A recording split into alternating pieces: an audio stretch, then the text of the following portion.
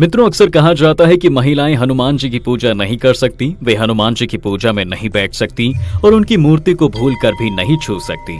यहाँ तक कि मंदिरों में भी महिलाओं को हनुमान जी की मूर्ति के सामने दूर से ही प्रणाम करने को कहा जाता है।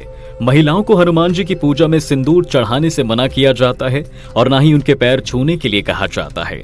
मूर्ति के बहुत करीब जाने से मना किया जाता है। लेकिन ऐसा क्यों? कहा जाता है कि श्री कृष्ण की पूजा करके लड़कियां चाहती हैं कि उन्हें कृष्ण जैसा पति मिले। वैवाहिक महिलाएं प्रार्थना करती हैं कि कृष्ण उनके वैवाहिक जीवन को सुखी रखें। शिव पूजा में भी महिलाएं शिव जैसा दयालु पति पाने की कामना करती हैं। यह सच है कि महिलाओं को शिव पूजा में शिवलिंग को छूने से बचना चाहिए, लेकिन वो पूजा की सभी विधियां कर सकती हैं। हनुमान जी ब्रह्मचारी थे, यानी उन्होंने शादी नहीं की थी और गृहस्थ जीवन से दूर ही थे, इसलिए महिलाओं या फिर लड़कियों को दूर रहने के लिए कहा जाता है। दोस्तों, लोग ये भी कहते हैं कि अगर महिलाएं हनुमान जी की पूजा करती हैं तो बजरंगबली नाराज हो जाते हैं, लेकिन ऐसा बिल्कुल भी नहीं है। वहीं हिंदू धर्म ग्रंथों में महिलाओं को हनुमान जी की पूजा करने से कहीं भी मनाही नहीं की गई है। महिलाएं हो या फिर लड़कियां, सभी हनुमान जी की पूजा कर सकती हैं। वह स्वयं भी हनुमान जी की पूजा में बैठकर नियमित रूप से हनुमान जी के किसी पाठ या फिर मंत्र का जाप कर सकती हैं। पुरुषों की तरह वे भी हनुमान मंदिर में पूजा करने के बाद बजरंगबली को प्रसाद चढ़ा सकती हैं, लेकिन इनके सामने अपना सिर नहीं झुकाना चाहिए, क्योंकि हनुमान जी माता सीता को अपनी माता मानते थे और इसलिए उनके लिए हर स्त्री माता समान ही है।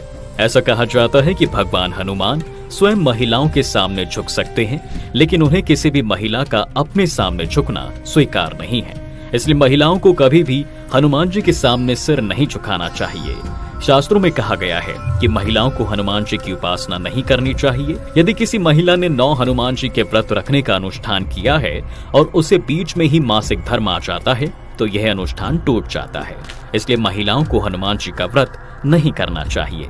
पीरियड्स के दौरान महिलाओं को हनुमान चालीसा का पाठ भी नहीं करना चाहिए। ऐसा कहा जाता है कि महिलाओं को ऐसे समय में भगवान हनुमान जी को याद भी नहीं करना चाहिए, अन्यथा भगवान क्रोधित हो जाते हैं। हिंदू रीति रिवाजों में देवी देवताओं की मूर्तियों पर जल चढ़ाना एक अनुष्ठान माना जाता है।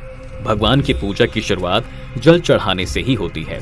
महिलाएं सभी देवी देवताओं को जल भी चढ़ा सकती हैं, लेकिन महिलाओं को हनुमान जी की मूर्ति पर कभी भी जल नहीं चढ़ाना चाहिए। इसी तरह महिलाओं को कभी भी हनुमान जी को वस्त्र नहीं चढ़ाने चाहिए। ऐसा करना ब्रह्मचारी का अपमान माना जाता है। महिलाओं को हनुमान जी की पूजा में कभी भी सिंदूर नहीं चढ़ाना चाहिए और न ही उनके पैर छूने चाहिए। हनुमान जी को कोई भी चीज अर्पित करते समय उसे उनके सामने रखना चाहिए।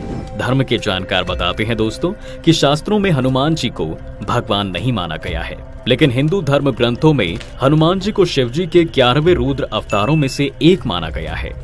ये भगवान शिव जी के सभी अवतारों में सबसे बलवान और बुद्धिमान माने जाते हैं। वे राम के सेवक हैं और उनकी सेवा से प्रसन्न होकर माता सीता ने उन्हें चिरंजीवी होने का वरदान भी दिया है। वे हम सभी के उद्धार करता हैं। वे कलयुग के अंत तक हम सभी की रक्षा करेंगे। यदि स्त्रियां इस जगत पालक को अपना भाई माने, प्रतिदिन उनकी पूजा करें, तो संसार की कोई भी बुरी शक्ति उसे छू भी नहीं सकती। लेकिन हर पूजा के कुछ नियम होते हैं, उनका पालन अवश्य करें।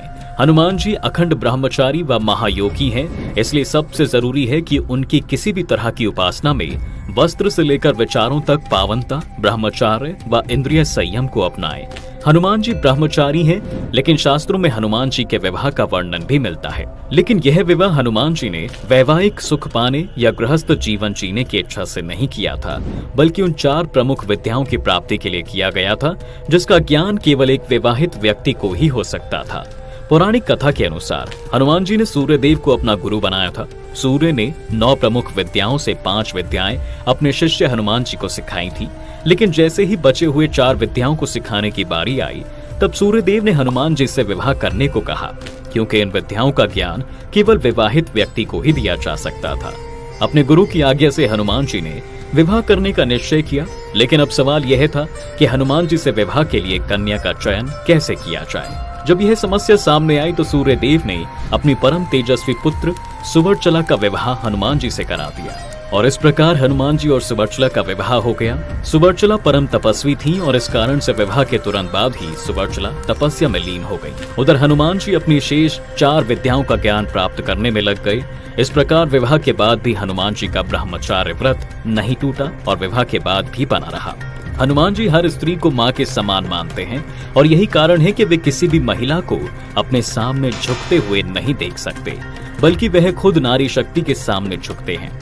महिलाएं चाहें तो हनुमान जी की सेवा में दीपक भी अर्पित कर सकती हैं, हनुमान जी की स्तुति कर सकती हैं, हनुमान जी को प्रसाद चढ़ा सकती हैं, लेकिन 16 उपचारों जिसमें चरण स्पर्श, मुख्य स्नान, वस्त्र, चोला चढ़ाना आते हैं, ये सब सेवाएं किसी महिला के द्वारा किया जाना हनुमान जी स्वीकार कभी नहीं करते हैं।